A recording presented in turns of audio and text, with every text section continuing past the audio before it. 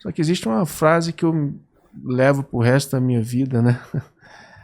Que fala o seguinte: o paciente sem um diagnóstico correto, ele não tem um tratamento correto, ele não tem um prognóstico correto. Então, a gente está lidando diariamente com pacientes graves, mas o nosso raciocínio diagnóstico, e a partir daí a gente poder elencar as nossas condutas e poder prognosticar o nosso paciente, isso deve ser feito diariamente. Então eu sou um inconformado por natureza enquanto eu não conseguir estabelecer essa sequência de diagnóstico correto, tratamento correto, prognóstico correto. Eu acho que se a gente não estabelecer muito bem essa linha, a gente não chega em lugar nenhum. O paciente se perde no meio do caminho, né?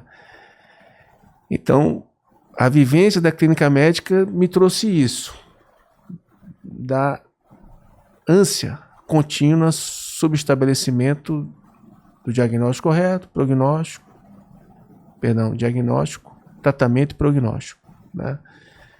E a vivência da terapia intensiva, eu consigo colocar isso no paciente grave, no paciente agudamente enfermo, né? No paciente com risco iminente de óbito, entendeu? Então, conseguir adequar isso ao ambiente da terapia intensiva é o meu desafio diário, é o que eu tento passar diariamente, né, para os meus residentes, para os meus estagiários, e nunca se conformar com o diagnóstico pronto. Nunca se conformar com o diagnóstico pronto. É que, por vezes, o diagnóstico ele está incorreto. Né? Quantas vezes a pneumonia era uma embolia pulmonar? Quantas vezes a gente já observou isso? Ou quantas vezes o déficit neurológico agudo era a manifestação de uma crise convulsiva? E aí o paciente entra numa rota de AVC, na verdade é epilepsia. O paciente entra na rota de pneumonia, na verdade é um infarto pulmonar.